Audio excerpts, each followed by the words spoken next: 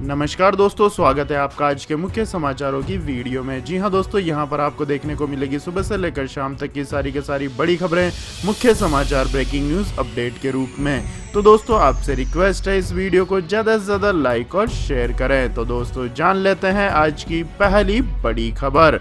राहुल गांधी ने फिर साधा पीएम नरेंद्र मोदी पर निशाना, कहा चाइना के हाथों गंवा दी डीप सेंग प्लेन की जमीन। जी हां दोस्तों, कांग्रेस नेता राहुल गांधी ने चीन भारत सीमा तनाव को लेकर मोदी सरकार पर निशाना साधा है। तमिलनाडु में तूतीकोरिन में एक जनसभा को संबोधित करते हुए राहुल गांधी ने कहा कि प्रधानमंत्री नरेंद्र मोदी अपने पड़ोसी देशों से डरे हुए हैं। उन्होंने कहा कि पूर्वी लद्दाख में गतिरोध से पहले चीन ने डोकलाम में इनकी रिहर्सल की थी। राहुल गांधी ने कहा कि निश्चित रूप से चीन ने हमारे देश के कुछ सामरिक इलाकों पर कब्जा किया है। इस विचार को पहले उन्होंने डोकलाम में अपनाया। वह देखना चाहते थे कि भारत क्या प्रतिक्रिया देता है। उन्होंने देखा कि भारत ने कोई प्रतिक्रिया नहीं दी, फिर उन्होंने इस विचार को लद्दाख में आजमाया। मेरा मानना है कि उन्होंने अरुणाचल प्रदेश में भी ऐसा ही किया होगा। आपकी जानकारी के लिए बता दें दोस्तों, तमिलनाडु में 6 अप्रैल को होने वाले विधानसभा चुनाव से पहले अपनी 3 दिवसीय यात्रा में कांग्रेस नेता ने तूतीकोरिन में वकीलों से बातचीत की। इस दौरान उन्होंने हम दो हमारे दो कहकर केंद्र सरकार पर निशाना साधा। इसके बाद दोस्तों जान लेते हैं अगली बड़ी खबर। असम चुनाव से पहले एनडीए से अलग हुआ बोडोलैंड पीपुल फ्रंट, कांग्रेस से मिलाया हाथ। जी हां दोस्तों, चुनाव आयोग द्वारा 5 राज्यों में तारीखों की घोषणा के ठीक एक दिन बाद असम में बीजेपी की सहयोगी पार्टी बोडोलैंड पीपुल फ्रंट गठबंधन से अलग हो गया है। बीपीएफ ने शनिवार को एनडीए का साथ छोड़कर कांग्रेस का दामन थाम लिया है। पार्टी के अध्यक्ष हग्रामा ने कहा कि हम बीजेपी के साथ दोस्ती और गठबंधन नहीं निभा सकते। उन्होंने कहा कि शांति, एकता और विकास के साथ राज्य में स्थायी सरकार देने के लिए बीपीएफ ने कांग्रेस की अगुवाई वाले गठबंधन के साथ जाने का फैसला किया है। हग्रामा ने एक फेसबुक पोस्ट के जरिए पूरी जानकारी दी। आपकी जानकारी के लिए बता दें दोस्तों, असम बीजेपी के कद्दावर नेता और राज्य के वित्त मंत्री हेमंत बिस्वा शर्मा ने करीब 2 हफ्ते पहले ही कह दिया था कि चुनाव में बीपीएफ एनडीए का हिस्सा नहीं होगी। उन्होंने कहा था कि बोडोलैंड टेरिटोरियल काउंसिल के चुनाव के बाद से ही दोनों पार्टियों के संबंध में खटास आ गई है। इसके बाद दोस्तों जान लेते हैं अगली बड़ी खबर। लगातार चौथे दिन महाराष्ट्र में 8000 से ज्यादा केस, अमरावती में बढ़ाया गया लॉकडाउन। जी हां दोस्तों, महाराष्ट्र में लगातार चौथे दिन कोरोना वायरस संक्रमण के 8000 से ज्यादा मामले सामने आए हैं।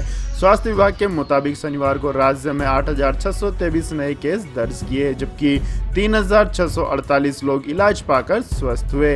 आंकड़ों के मुताबिक 24 घंटों में 51 लोगों की संक्रमण के चलते मौत हुई है। पूरे महाराष्ट्र की बात करें तो एक्टिव केस की संख्या 72,530 हो गई है, जबकि कुल मामले 21,46,000 से ज्यादा हैं। 20,20,000 से ज्यादा लोग इलाज पाकर स्वस्थ हो गए हैं। संक्रमण के चलते मरने वालों की संख्या 52,000 को पार कर चुकी है। कोरोना वायरस के बढ़ते मामलों को देखते हुए महाराष्ट्र सरकार ने अमरावती जिले में लॉकडाउन को बढ़ाकर 8 मार्च तक कर दिया है।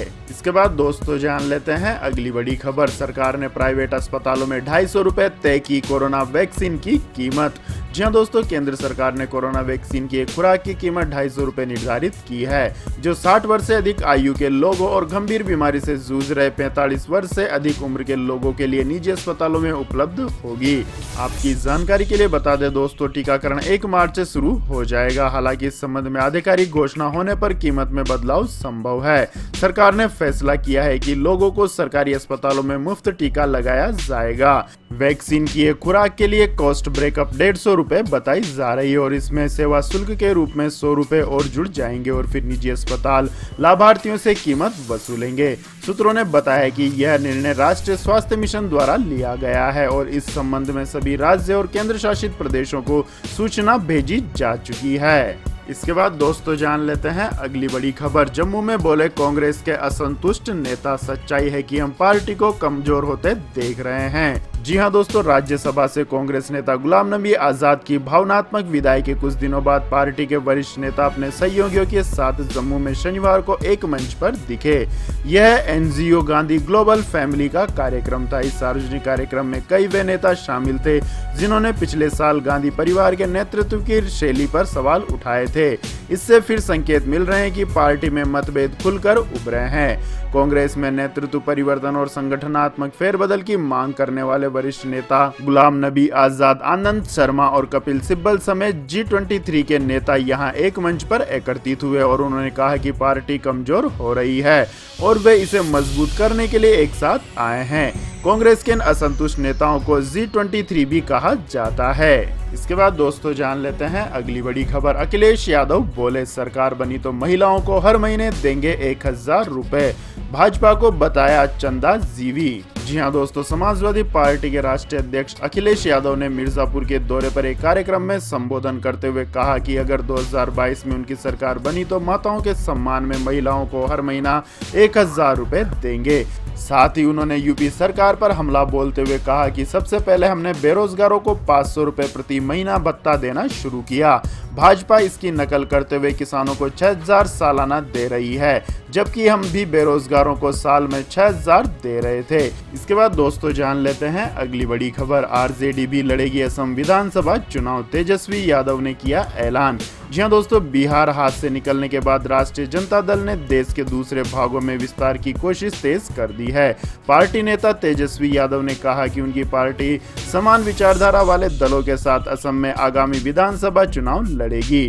गुवाहाटी दौरे पर पहुंचे तेजस्वी यादव ने कांग्रेस असम के प्रमुख रिपुन बोरा से मुलाकात की। वे अब गठबंधन को औपचारिक रूप देने के लिए AIUDF के साथ बातचीत करेंगे और तेजस्वी यादव ने कहा कि उन्होंने आरजेडी की मौजूदगी को बढ़ाने का फैसला किया है, इसलिए हम असम विधानसभा चुनाव में भाग लेंगे। हम समान विचारधारा वाले दलों के साथ बातचीत कर रहे हैं।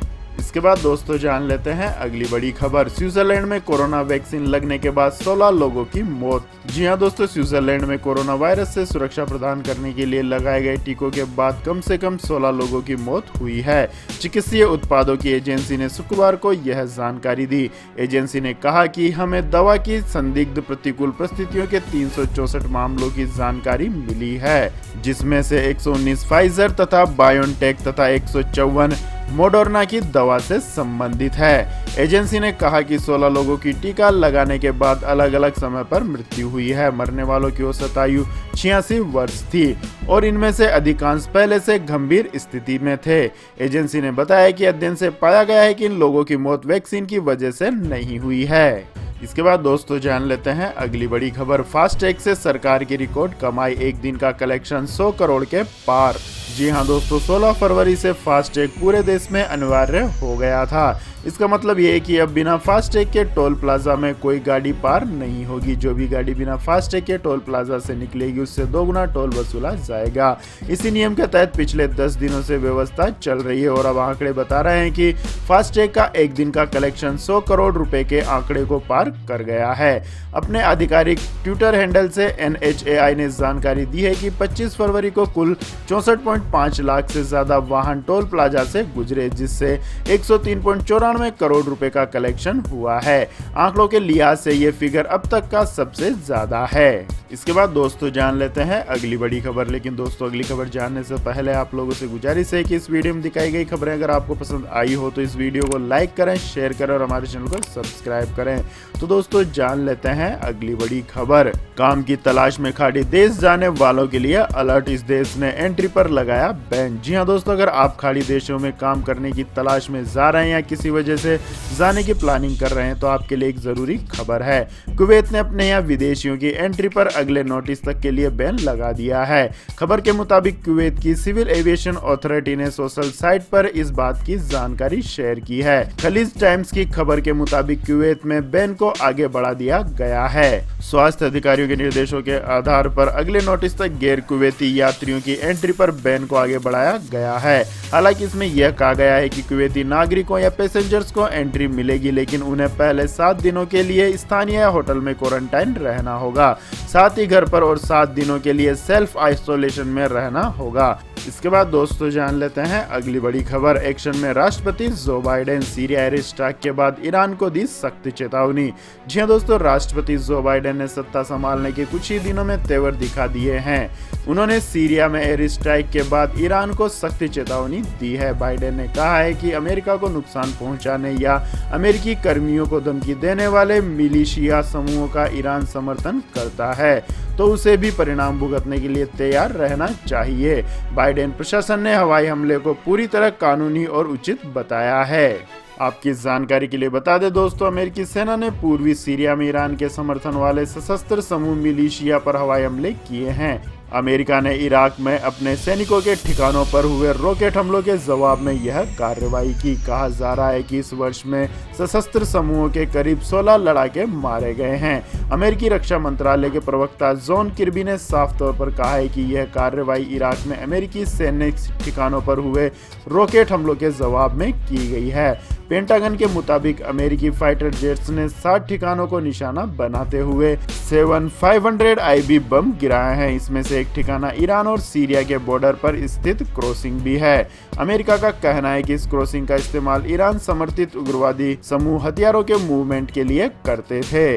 इसके बाद दोस्तों जान लेते हैं अगली बड़ी खबर। इंटरनेशनल फ्लाइट पर रोक बढ़ी, DGCA ने लगाई 31 मार्च तक पाबंदी। जी हाँ दोस्तों, कोरोना अभी पूरी तरह से खत्म नहीं हुआ है। देश विदेश के कुछ हिस्सों में वैक्सीनेशन शुरू होने के बावजूद कोरोना के मामलों में तेजी आई है। इसी वजह से एहतियातन DGCA ने विदेशी उड़ानों पर पाबंदी 31 मार्च तक बढ़ा दी है। पहले ये पाबंदी 28 फरवरी तक थी, जो महीना खत्म होने से पहले ही बढ़ा दी गई। आपकी जानकारी के लिए बता दें दोस्तों, शुक्रवार देर शाम DGCA ने नए निर्देश जारी किए हैं। DGCA की तरफ से जारी किए गए निर्देशों में कहा गया है कि सक्षम प्राधिकरण ने 26 जून 2020 के परिपत्र की वैधता बढ़ा दी है। इसके तहत भारत से और भारत के लिए अनुचित अंतर्राष्ट्रीय यात्री सेवाएं 31 मार्च 2021 तक 23.59 मिनट तक लंबित रहेंगी। हालांकि DGCA ने यह भी साफ कर दिया है कि चुनिंदा मार्गों पर अंतर्राष्ट्रीय अनुसूचित उड़ानों को विशेष परिस्थितियों में अनुमति दी जा सकती है। इसके अलावा नए निर्देश मालवाहक उड़ानों और अन्य विमानों पर लागू नहीं होंगे, जिन्हें DGCA पहले ही मंजूरी दे चुका है। इसके बाद दोस्तों जान लेते हैं अगली बड़ी खबर। इलेक्शन कमीशन की बड़ी कार्यवाही, बंगाल में ADG लॉ एंड ऑर्डर को हटाया। जी हाँ दोस्तों, पश्चिम बंगाल विधानसभा चुनाव की घोषणा होने के साथ ही चुनाव आयोग ने कानून व्यवस्था को दुरुस्त करने की प्रक्रिया तेज कर दी है। इसी कड़ी में सबसे पहले चुनाव आयोग ने राज्य के ADG law and order Javed समीप को पद से हटा दिया है। उनकी जगह जगमोहन को ADG लॉ एंड ऑर्डर बनाया गया है। चुनाव आयोग ने पश्चिम बंगाल में 8 चरणों में चुनाव की घोषणा की है। इसके बाद दोस्तों जान लेते हैं आज के मौसम अपडेट्स। तो दोस्तों आने वाले अगले 24 घंटों के दौरान हिमाचल प्रदेश और उत्तराखंड में हल्की से मध्यम बारिश और बर्फबारी होने की संभावना है, जबकि जम्मू कश्मीर और लद्दाख में जारी बारिश और हिमपात की गतिविधियों में अब कमी आ जाएगी। उप हिमालय, पश्चिम बंगाल, सिक्किम, असम और अरुणाचल प्रदेश में हल्की बारिश के साथ साथ 1-2 स्थानों पर मध्यम बौछारें गिरने की संभावना है। केरल में भी 1-2 स्थानों पर हल्की वर्षा हो सकती है। आगामी 24 घंटों में देश के अधिकांश शहरों में दिन व रात के तापमान सामान्य से ऊपर ही बने रहेंगे, जबकि 28 फरवरी से तापमान में अधिकांश जगहों पर गिरावट होगी, क्योंकि उत्तर दिशा में ठंडी हवाएं चलनी शुरू हो गई है। इसके बाद दोस्तों जान लेते हैं अगली बड़ी खबर। 3 दिन राहत के बाद आज फिर बढ़े दाम। जी हाँ दोस्तों, महंगाई की मार से आम जनता बेहाल। 3 दिन की राहत के बाद पेट्रोल डीजल की कीमतों में फिर बढ़ोतरी की गई है। पेट्रोल डीजल पहले कभी इतना महंगा नहीं बिका। पेट्रोल डीजल की बढ़ती कीमतों का असर दूसरी सेवाओं पर भी पड़ रहा है। आपकी जानकारी के लिए बता दें दोस्तों, दिल्ली में पेट्रोल 26 पैसे महंगा होकर 91 रुपए प्रति लीटर के भाव पर पहुंच गया है। जबकि बात करें डीजल की तो दोस्तों, देश की राजधानी दिल्ली में डीजल 81 रुपए 47 पैसे प्रति लीटर पर बिक रहा है। इसके बाद दोस्तों जान लेते हैं अगली बड़ी खबर। पुणे में दर्शकों के बिना खाली स्टेडियम में होंगे वनडे। कोरोना के बढ़ते मामलों के कारण लिया फैसला। जी हां दोस्तों, महाराष्ट्र में कोरोना के बढ़ते मामलों को देखते हुए भारत और इंग्लैंड के बीच पुणे में 3 वनडे मैचों की सीरीज में दर्शकों को आने की इजाजत नहीं दी जाएगी। खाली स्टेडियम में यह मैच कराए जाने का फैसला किया गया है। महाराष्ट्र क्रिकेट संघ ने शनिवार को कहा कि राज्य में कोरोना के बढ़ते मामलों को देखते हुए ऐसा करना पड़ रहा है। आपकी जानकारी के लिए बता दें दोस्तों, तीनों वनडे पुणे के MCA के स्टेडियम में 23, 26 और 28 मार्च को खेले जाने हैं। कोविड-19 के बढ़ते मामलों की गंभीरता को देखते हुए मुख्यमंत्री के निर्देशों के बाद यह फैसला लिया गया। इसके बाद दोस्तों जान लेते हैं अगली बड़ी खबर। मुस्लिमों की यात्रा पर प्रतिबंध लगने से रोकने को लेकर अमेरिकी संसद में विधेयक पेश। जी हां दोस्तों, अमेरिका में डेमोक्रेटिक पार्टी के 140 सांसदों ने भविष्य में मुसलमानों पर यात्रा प्रतिबंध लगाने से रोकने के लिए और धार्मिक आधार पर भेदभाव को रोकने के लिए कांग्रेस में एक विधेयक को फिर से पेश किया है। अमेरिका के पूर्व राष्ट्रपति डोनाल्ड ट्रंप ने मुस्लिम यात्रा प्रतिबंध संबंधित विधेयक पेश किया था, जिसमें मुस्लिम बहुल देशों को निशाना बनाया गया था और ईरान, उत्तर Korea, Syria, Libya, Yemen, Somalia और वेनेजुएला के लोगों के लिए प्रवेश को प्रतिबंधित कर दिया गया था। इसके बाद दोस्तों जान लेते हैं अगली बड़ी खबर। यूएन महासचिव पद की दौड़ में भारतवंशी आकांक्षा गुतरेस को देगी चुनौती। अभी यूएनडीपी में है कार्यरत। जी हां दोस्तों, हरियाणा में जन्मी अब अमेरिका में रह रही आकांक्षा अरोरा संयुक्त राष्ट्र महासचिव पद की दौड़ में शामिल है। वे मौजूदा यूएन महासचिव एंटोनियो गुतरेस को चुनौती देगी। 34 साल की आकांक्षा यूनाइटेड नेशंस डेवलपमेंट प्रोग्राम में ऑडिट कोऑर्डिनेट करती है। आकांक्षा 6 साल की थी तब उसका परिवार सऊदी अरब चला गया था। इसके बाद कनाडा के टोरंटो में यॉर्क यूनिवर्सिटी से स्नातक डिग्री ली। इसके बाद आकांक्षा ने कोलंबिया यूनिवर्सिटी से मास्टर्स डिग्री ली। आकांक्षा के पास भारत का ओवरसीज सिटीजनशिप कार्ड व कनाडा का पासपोर्ट है। हालांकि अमेरिका या अन्य देशों से समर्थन मिलेगा या नहीं अभी तय नहीं है। उन्होंने खुद भी अभी किसी देश से समर्थन की अपील नहीं की है। इसके बाद दोस्तों जान लेते हैं अगली बड़ी खबर। म्यांमार में तख्तापलट के बाद के हालात बयां करते करते रो पड़े यूएन में स्थायी प्रतिनिधि, किया 3 फिंगर सल्यूट। जी हां दोस्तों, म्यांमार में सेना तख्तापलट का दुनिया भर में विरोध हो रहा है। मीडिया रिपोर्ट्स के मुताबिक वहां तख्तापलट का विरोध करने वालों को सेना लगातार डरा धमका रही है। सेना ने ऐलान किया है कि वो 1 साल के लिए आपातकाल की स्थिति के तहत सत्ता चलाएगी और फिर चुनाव होंगे। इस बीच संयुक्त राष्ट्र में म्यांमार के स्थायी प्रतिनिधि कुआमोतुन ने म्यांमार में सैन्य तख्तापलट और वहां लोगों पर हो रहे अत्याचार के मुद्दे को उठाया है। इसी दौरान देश के हालात को बयां करते करते वो रो पड़े। आखिरकार में उन्होंने 3 उंगलियों से चेयर को सलूट किया। कुआमोतुन ने सबसे पहले म्यांमार में हो रहे अत्याचार की बात अंग्रेजी में कही। इसके बाद उन्होंने कहा कि वो कुछ शब्द अपने स्थानीय भाषा में कहना चाहते हैं। इसी दौरान बोलते बोलते वो बहुत भावुक हो गए। उन्होंने अंतर्राष्ट्रीय समुदाय से अपील की है कि लोकतंत्र के समर्थन में वो म्यांमार के साथ खड़े हैं। तो यह थी दोस्तों आज की सभी महत्वपूर्ण बड़ी खबरें। और दोस्तों बारी आती है आज के माइंड क्विज क्वेश्चन की, जिसका जवाब देकर आप बन सकते हैं एक शानदार उपहार के विजेता। तो दोस्तों आज का सवाल है, अमेरिका की उपराष्ट्रपति का नाम क्या है? जी हाँ दोस्तों, अगर आपको इस सवाल का जवाब आता है तो तुरंत कमेंट सेक्शन में लिख दीजिए। इस वीडियो को लाइक कीजिए, शेयर कीजिए और हमारे चैनल को सब्सक्राइब करके बेल आइकन का बटन भी दबा लें। धन्यवाद। जय हिंद, जय भारत, वंदे मातरम।